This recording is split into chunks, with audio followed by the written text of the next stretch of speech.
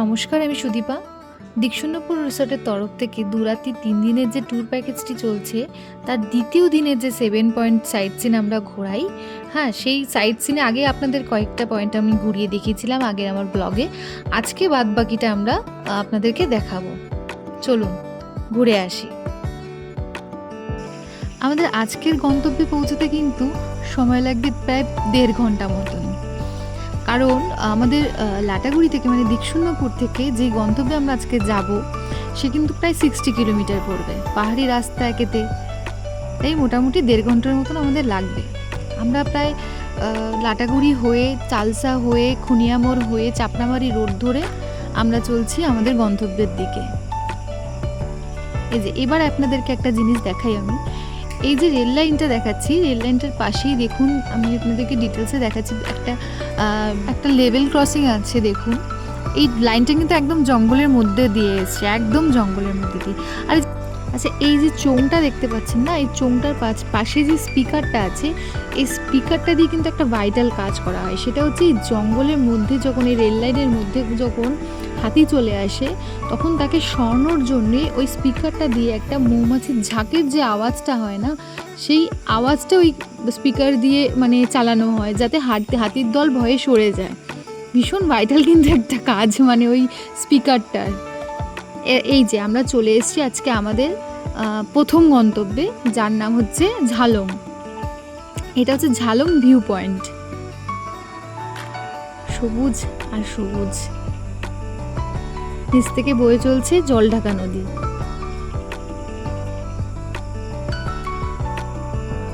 পুরো উপত্যকা জুড়েই পুরো সবুজ আর সবুজের খেলা। চারিদিকে মেঘ করেছে, উপরটায় তো পুরো মেঘে ভর্তি, আর নিচটা এতটাই সবুজ। আর এই যে এটা হচ্ছে অ্যাপেল স্টোন ধাবা।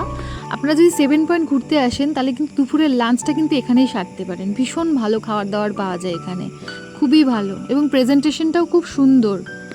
আর এই পাশেই দেখুন একটা পাথর, এটা না অনেকটা আপেল শেপের, সেই কারণে এই জায়গাটার নাম হচ্ছে অ্যাপেল স্টোন। দেখুন কি সুন্দর, প্রকৃতির বানানো, কি অদ্ভুত। এই যে এটা হচ্ছে এই অ্যাপেল স্টোনের খাবার দাবার। আর ফাইনালি আমরা কিন্তু চলে এসেছিলাম আমাদের আজকে মেন গন্তব্য, মানে আমাদের মেন গন্তব্য হচ্ছে বিন্দু। আজকে আমরা চলে এসেছি বিন্দুতে, যেটা 7 পয়েন্টের একদম মেন পয়েন্ট, সেটা হচ্ছে বিন্দু। এই হচ্ছে আমাদের বিন্দু।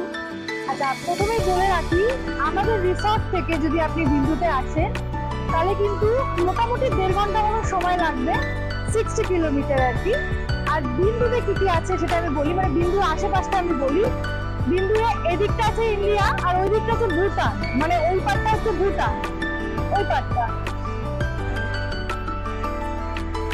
বিন্দু কিন্তু এসছে আমাদের সিকিম থেকে, মানে বিন্দুর নদীটার নাম কিন্তু জলঢাকা।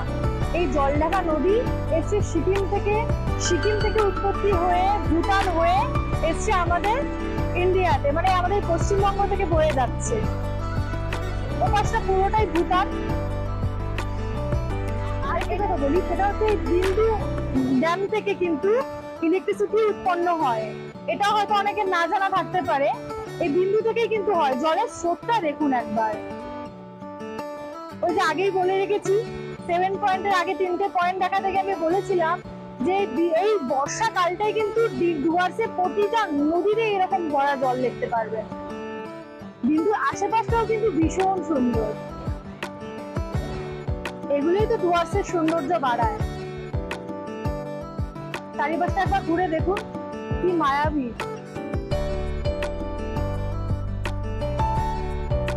সবুজ আর সবুজ চারিদিকটা। আর কত দূর থেকেই না এই জলটা বয়ে বয়ে আসছে, কি স্রোত জলে।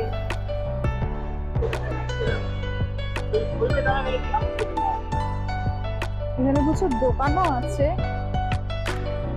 এখানে ভুটানের চকলেট পাওয়া যাবে, কত সুন্দর সুন্দর ব্যাগও আছে। আচ্ছা, এই ব্যাগগুলো কি ভুটান থেকে আসে? ভুটানের না? হ্যাঁ, এগুলো সুন্দর। কাপগুলো কি সুন্দর। কাপগুলো অবশ্য সিকিমের দিকেও এরকম কাপ পাওয়া যায়। ওই সবকিছুই পাহাড়ে মিলিয়ে মিশিয়ে সবকিছু পাওয়া যায়। এখানে আরেকটা জিনিস পাওয়া যায় যেটা আপনি তোমাকে দেখাবো, তিতর বলে সামথিং, কিছু একটা তিতর বা কিছু একটা নাম বলে। আচ্ছা তিতর, তিতর হ্যাঁ ক্যা তিতর, তিতর ये नहीं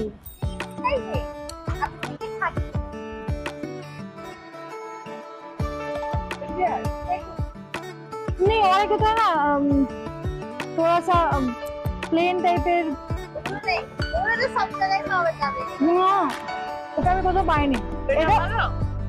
এটা ভালো খেতে, পাতলা ধরনের।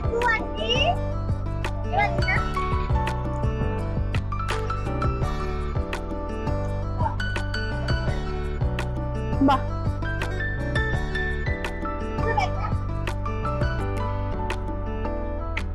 এগুলো ইয়ে লজেন্স না, ভুটান।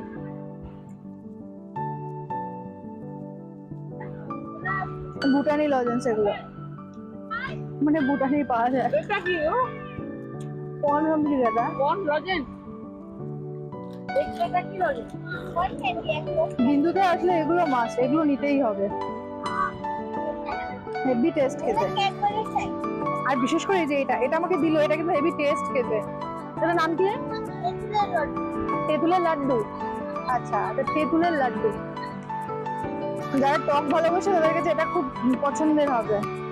এগুলো কি হিসাবে দাও? লাড্ডু পুরো বক্সটা 100 টাকা, তাই তো? পুরো বক্সটা 100 টাকা। আর এই যে এই ক্যাডবেরি গুলো কত করে? সবই 100। একটু এই বিন্দু থেকে সরে আসলে এগুলো পার্কিং, আর এই পুরো জায়গাটাতেই পুরো দোকান, দুপাশে আপনি দোকান দেখতে পারবেন প্রচুর। পাশেও দোকান আছে, সামনে এদিকেও পুরোটা দোকান আছে। এদিকে অবশ্য খাওয়ার দোকানগুলো বেশি রয়েছে, কয়েকটা দোকানও আছে যেগুলো থেকে আপনি টুকটাক জিনিসপত্র কিনতে পারবেন। আর এর পাশে মোমো বা ম্যাগি যা খেতে চাইবেন সেগুলো পাবেন, এখানে দোকানগুলো রয়েছে। এখন যেহেতু অফ সিজন, সেই কারণে এখন হয়তো অতগুলো দোকান মানে খোলা নেই, কিন্তু পিক সিজন যেগুলো শীতকাল বলুন, পুজোর সময় বলুন, তখন আপনি এই দোকানগুলো সব দোকানই খোলা পাবে। নার্সারিও দেখাই, ছোটখাটো আর কি। যারা গাছ ভালোবাসে তাদের কাছে এগুলো তো ফেভারিট জায়গা। খুব সুন্দর। এটা কি গাছ আছে দাদা? ये पिंक लेडी है। আচ্ছা,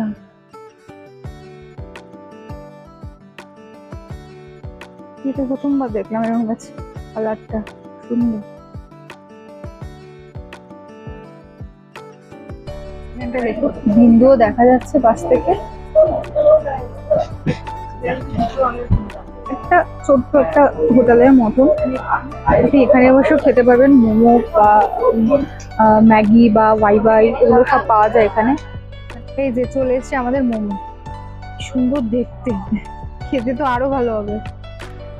এই চারিদিকের পরিবেশ দেখতে দেখতে এরকম মোমো, আহা স্বর্গ স্বর্গ। এখনো যারা বাড়িতে বসে ভাবছেন আসবো কিনা, তারা একবার ভেবে দেখুন, অপূর্ব। আর দেরি করবো না, মোমোটা খেয়ে নি। মোমো আমার এমনিতেই ফেভারিট, কিন্তু এসব জায়গায় এসে মোমো না খেলে সবকিছু আমার মিস হয়ে যায়। তো মোটামুটি 7 পয়েন্টের সবকটি পয়েন্ট আপনাদের ঘুরিয়ে দেখালাম। আপনারা কিন্তু অবশ্যই দিকশুন্নপুর পেজে চোখ রাখবেন। আগামী দিনে ডুয়ার্সের আরও নতুন নতুন জায়গা নিয়ে আপনাদের সামনে আমরা হাজির হব। প্রকৃতির মাঝে এই দিকশুন্নপুর ইকোস্টে কিন্তু আপনাদের অপেক্ষায় দিন গুনছে।